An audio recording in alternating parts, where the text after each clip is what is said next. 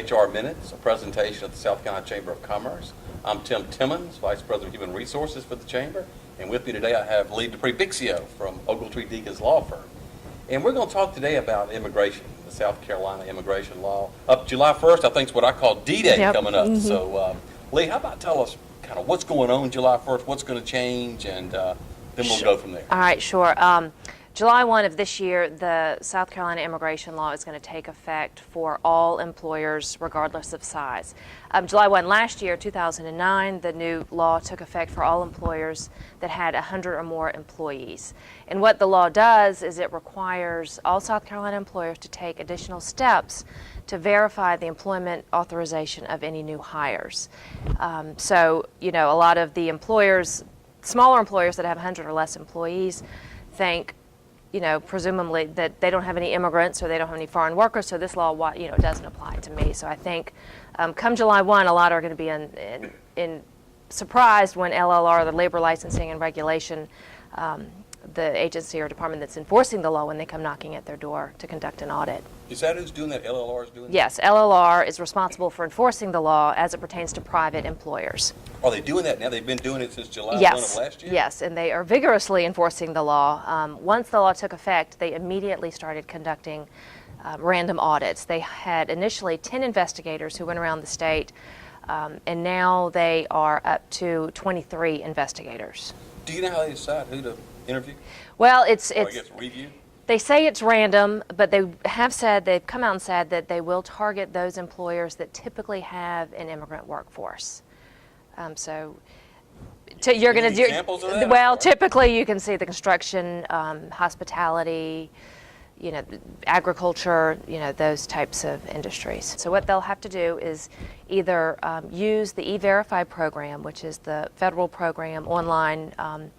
It's an agreement between the Social Security Administration and the Department of Homeland Security to verify the work authorization. It's done online. They either need to use E-Verify or they need to verify the driver's licenses of these new hires, and they either have to have a South Carolina license, a license from a state whose requirements are as strict as ours in South Carolina, or be eligible to obtain a South Carolina driver's license or ID card. So it doesn't matter whether you're a 5-employee person or a 5,000. Correct. You have to take these additional steps. And again, these are on top of the federal I-9 requirements that you already have to do. So somebody who says, I'm already doing the I-9 form, I don't need to do anything different, they're mistaken. They're mistaken. Yeah. And you have to be careful, because if LLR does show up and they do audit you, you can be penalized anywhere from $100 to $1,100 per, or $100 to $1,000 if you fail to verify the work authorization of a new hire.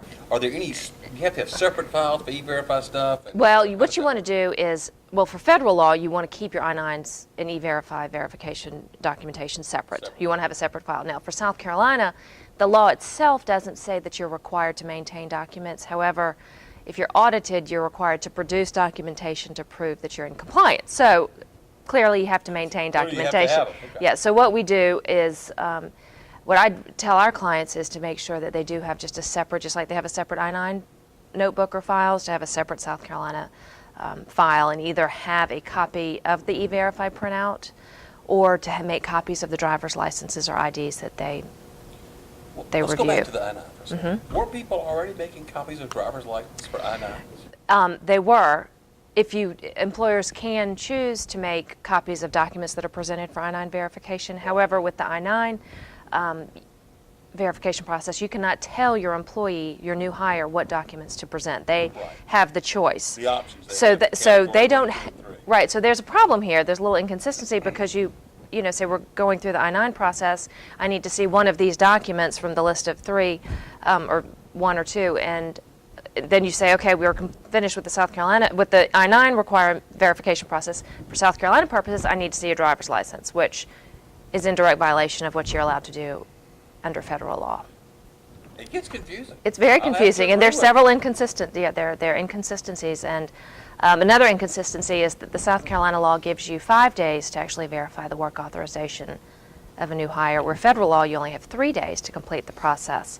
So if you decide to use E-Verify, you have to do it within 3 days. I certainly wouldn't wait those, until would day you 4 do or that? 5 to violate federal law to be and remain in compliance So with South Carolina. Your suggestion is do it in 3 and don't worry? Definitely do it within 3 days, regardless. Yeah. Okay. Yes. Yeah. Well, let's go back and talk about penalties for a second. Okay. Because you mentioned I forgot the number. Well, if you fail to verify the work authorization of a new hire, and LLR comes in and conducts an audit and they see that you didn't do it, they can charge you between $100 to $1,000 per individual. It depends on how egregious it is. But what they do is they pretty much give you a pass the first time. And the reason is because a lot of companies still, even those with 100 or more employees don't know about the law. They don't know what they're supposed to be doing. So they go in, and if they verify the work authorization or follow these steps within the first 72 hours, then the penalty is erased. They don't have to pay it. However, they will go on a website. The LLR does publish those who are not in compliance and why. So there's a website people can Yes. go to see who the You can go to the employees are who are LLR. not Yes, compliant. yes. You can go to the LLR website. Have you done And that? find. Oh yes. Oh yes. Are there a lot of people? Oh yes.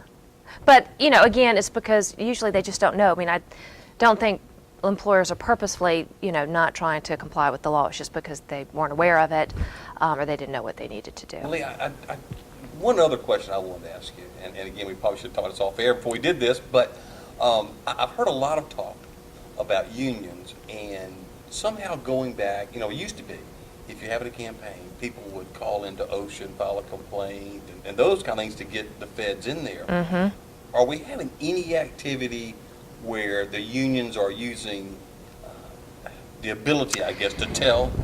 I have not heard of that in South Carolina. Now, I've heard of that in other cases on a federal level, federal violations of the immigration law with union activity. But it wouldn't surprise me with this complaint process. But, with the complaint process, they have to be legitimate.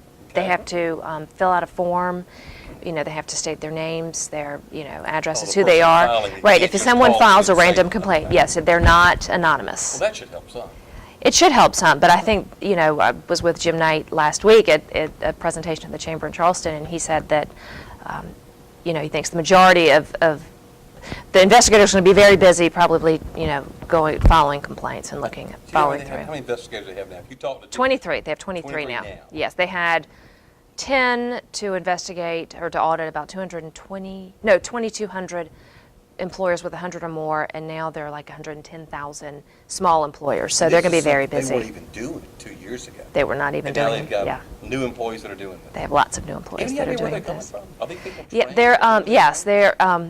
I think a lot of them can be retired SLED agents, federal, police officers, military. So they come in with some force when They come in. No, but everything so far has gone pretty smoothly. Well, I know we're running out of time, so let me let you give our listeners the 5 seconds Okay. bill or five Sure. bullet points on what they ought to be doing. Okay, to make well, sure.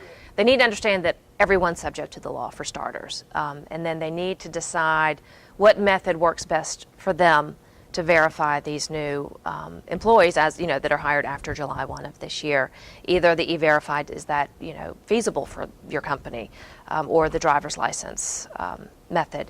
And then they need to make sure they train someone that is able to go through these additional steps, understand the record-keeping requirements or what they should do for record-keeping, and then what to do if they are audited by LLR. Now, one thing that LLR is doing is when you are audited, they will present you with an affirmation of legal work status.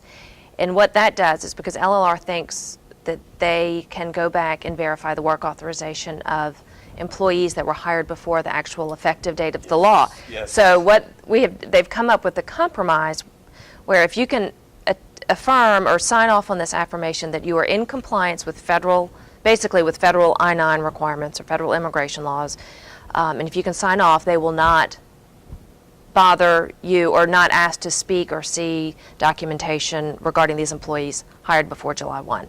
Now, what you have to do in addition, but you have to make sure that your I-9s are in proper order and that you have completed the I-9 And you have to process. affirm that. And you have to be able to affirm that, yes, so that applicants And can call see. your attorney, right? If LLR comes knocking at your door, it depends on your situation, but you may want to, before they talk to employees, I would certainly call your You always attorney. want to call your attorney. Yeah, well, of course. Well, but, thanks for meeting with us. Sure, We no, it's my appreciate it. pleasure.